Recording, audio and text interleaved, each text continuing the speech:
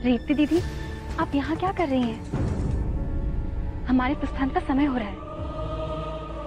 चंद्रलोक जाने की तैयारी भी तो करनी है। मैं और चंद्रमा तो तैयार हैं। तो तुम्हें और चंद्रमा को रोका किसने? जाओ।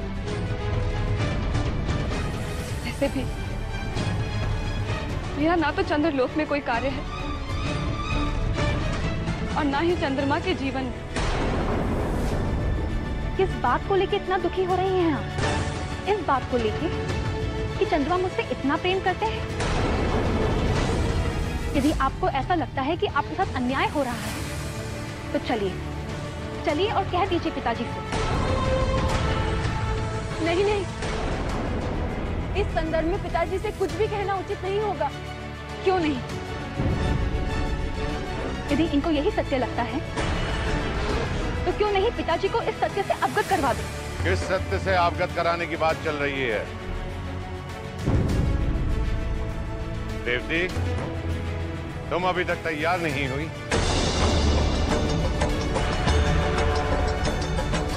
क्या हुआ? तुम चंद्रलोक नहीं जाना चाहती हो?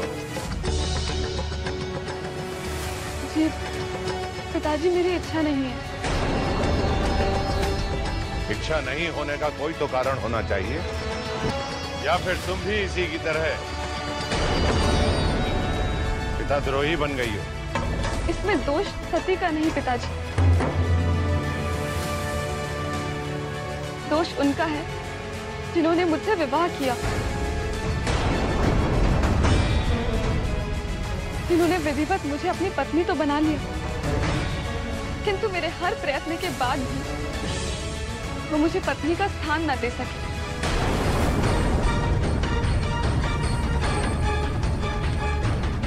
ना ही अपने मन में, ना ही अपने जीवन में।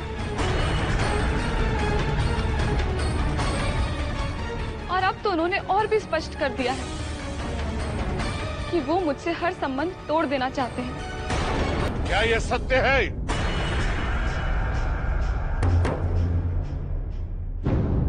ये सत्य है। केवल परिवार की दृष्टि से नहीं, चंद्रमा का ये अपराध पूरे समाज के विरुद्ध है। इसलिए कोई भी निर्णय परिवार के समक्ष नहीं लिया जाना चाहिए और इस सभा में किया जाना चाहिए।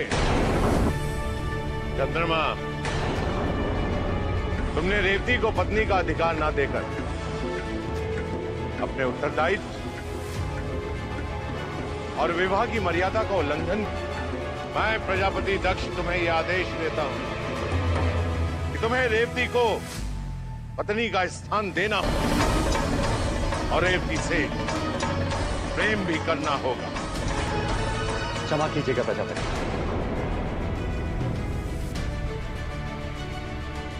ये संसार भले ही आपके आदेश का अधीन होगा, किंतु प्रेम नहीं।